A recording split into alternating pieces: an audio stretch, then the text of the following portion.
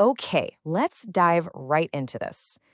Today, we're breaking down a fascinating viral interview from the YouTube channel Kayla Joke. It captures the raw, totally chaotic post-match fallout of a highly debated Brazil game.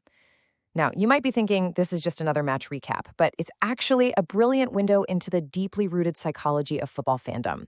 It gets into the tactical debates that absolutely rage among supporters, and of course, those intense rivalries that basically define the sport. The reaction sparked by this match gives us an incredible look at how fans process loss, justify their own biases, and go to great lengths to keep their rivalries alive.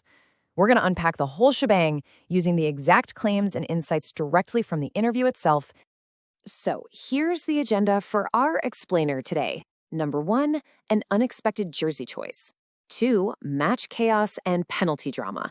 3, coaching and tactical flaws.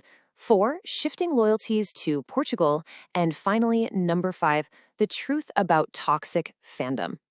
All right, let's kick things off with Section 1, an unexpected jersey choice. Subtitle, Breaking Fandom Stereotypes.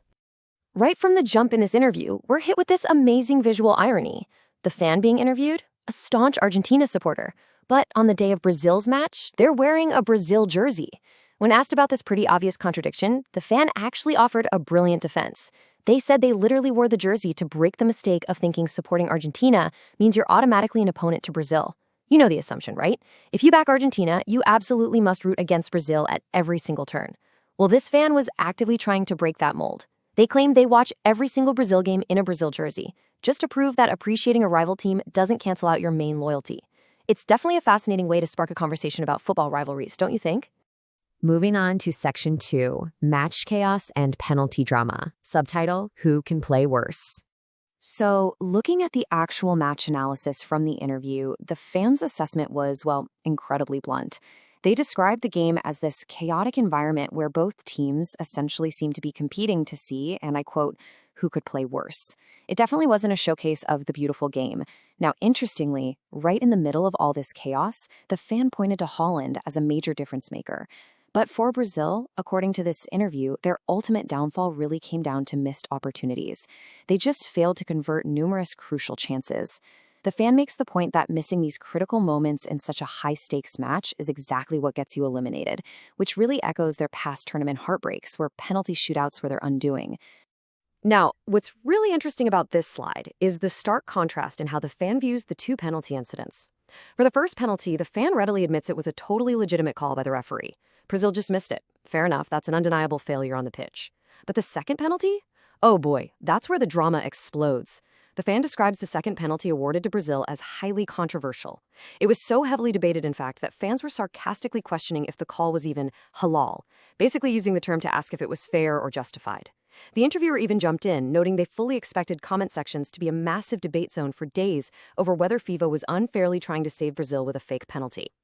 All right, let's get into Section 3, Coaching and Tactical Flaws. Subtitle, The Niemer Substitution and the Manager Debate.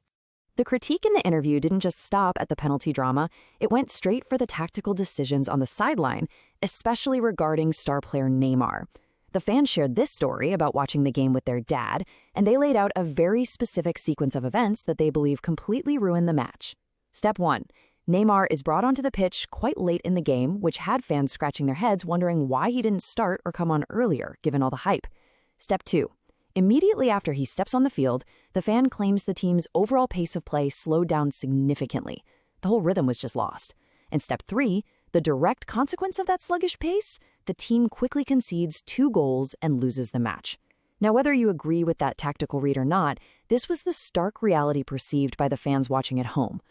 And honestly, this perfectly captures the broader tactical debate raging among fan bases right now, the big managerial comparison. Look at this sharp distinction in domains between Carlo Ancelotti and Lionel Scaloni. You've got Ancelotti, a total master of club football, specifically Real Madrid, where the format relies heavily on 2-leg matches like the Champions League. In that format, your margin for error is higher. Lose the first leg, you've still got a second leg to bounce back.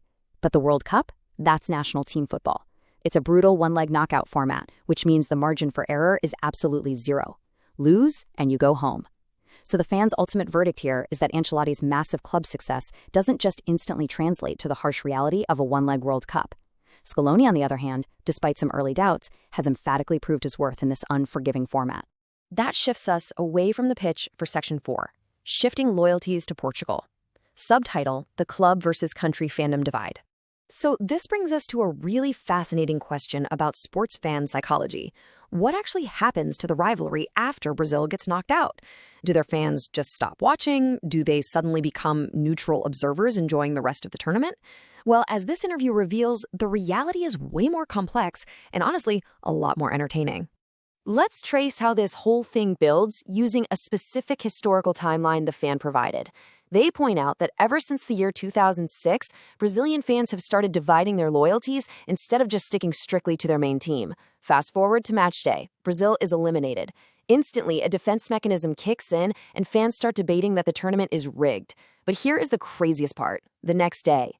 According to the interview, rather than grieving the loss for very long, their loyalties instantly shift to teams like Portugal or even Spain. Why? Simply to have a powerful proxy team to counter Argentina's ongoing success.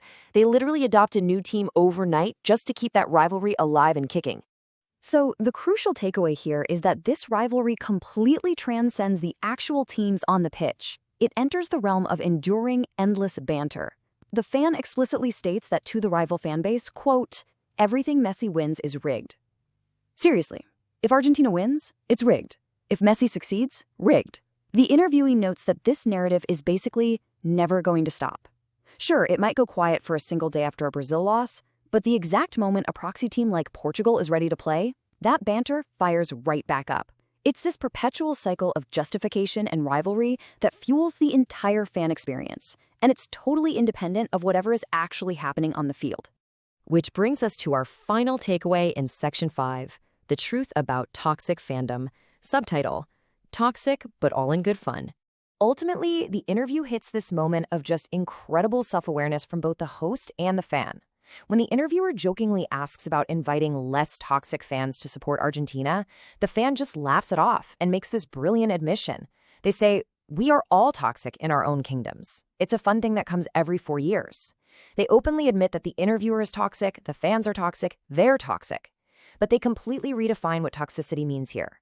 In this context, it's not malicious. It's this passionate, defensive, tribal loyalty that they all willingly buy into. It's basically a massive theatrical performance that happens every 4 years for the World Cup, and deep down, they absolutely love the thrill of it. Which leaves us with this final thought. When we look at the shifting loyalties, the intense tactical debates, and the immediate cries of a rigged tournament, we have to ask, will this passionate, chaotic, and wonderfully toxic cycle of fandom ever truly change? Or is this constant back-and-forth rivalry the very heartbeat that keeps international football so endlessly compelling? Definitely something to think about the next time your team gets knocked out. Thank you so much for learning with us today on This Explainer. Until next time, keep questioning what's happening both on and off the pitch.